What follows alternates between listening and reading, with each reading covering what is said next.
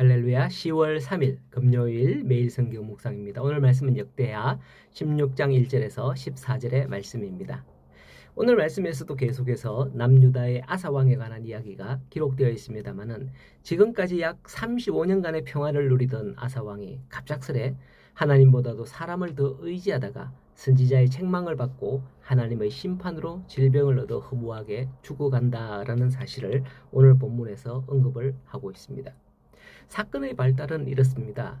1절에 이스라엘 왕 바사가 유다를 치러 올라와서 라마를 건축하여 사람을 유다 왕 아사에게 왕래하지 못하게 하려 한지라 라고 하는데요.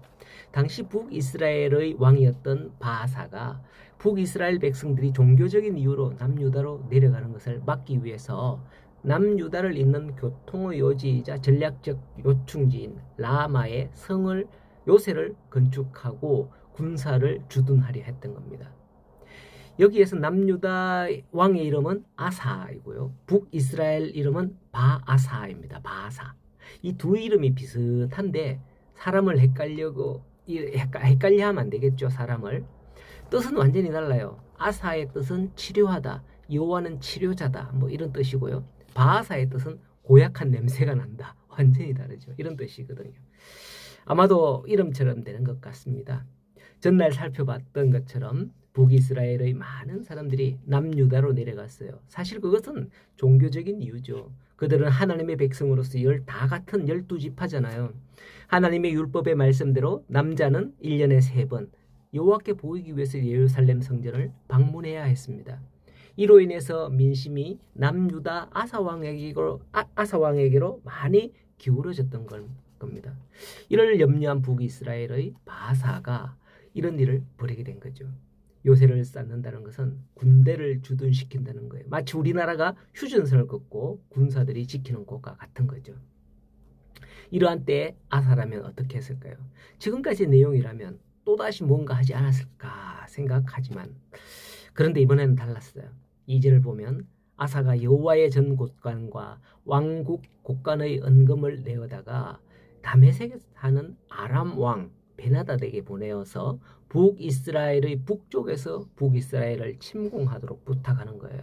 남유다는 남쪽에서 위로, 베나닷은 북쪽에서 아래로 치는 그런 양동작전을 구사합니다. 결과는 어떻게 되었을까요? 물론 이겼어요.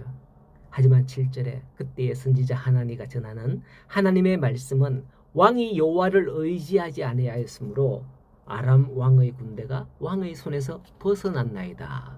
이런 왕이 망령 때에 행하였은즉 이후부터는 왕에게 전쟁이 있으리라 라고 했습니다. 아사가 이러한 실수를 한 것은 그가 신앙적으로 방심한 결과였다고 볼 수 있습니다. 일찍이 하나님을 의지함으로써 구스인 세라의 100만 대군도 격파했지 않습니까? 그로부터 역대기 시간으로 약 20년이 흐른 지금 구스의 100만 대군과는 비교도 안 되는 북이스라엘의 그 바하사의 침공으로 하나님을 의지하지 않고 아람 왕을 의지했다라는 거죠. 여기서 아사가 범한 잘못은 누구나 손쉽게 할 수 있는 일이에요. 하나님 앞에 신실했던 아사라 해도 잠시 신앙적으로 침체될 때 이런 실수를 할 수 있어요. 그러나 여기서 우리에게 주시는 교훈의 말씀은 그게 대적들에게 빌미를 제공해주는 결과가 된다라는 겁니다. 7절에 아람 왕의 군대가 왕의 손에서 벗어났고 앞으로 전쟁이 있으리라 예언하죠. 그리고 이 말을 들은 아사, 예전과는 좀 다르네요. 그 말을 전하는 선견자를 잡아서 옥에다가 두고 백성들 중에 몇몇을 학대하게 되었다라고 10절에 말씀에 기록하고 있습니다. 아마도 이렇게 했던 게 그간 평화를 누리다 보니 신앙적으로 굉장히 나태해지고 스스로 교만하게 되지 않았을까 그런 생각이 되어집니다. 그렇습니다.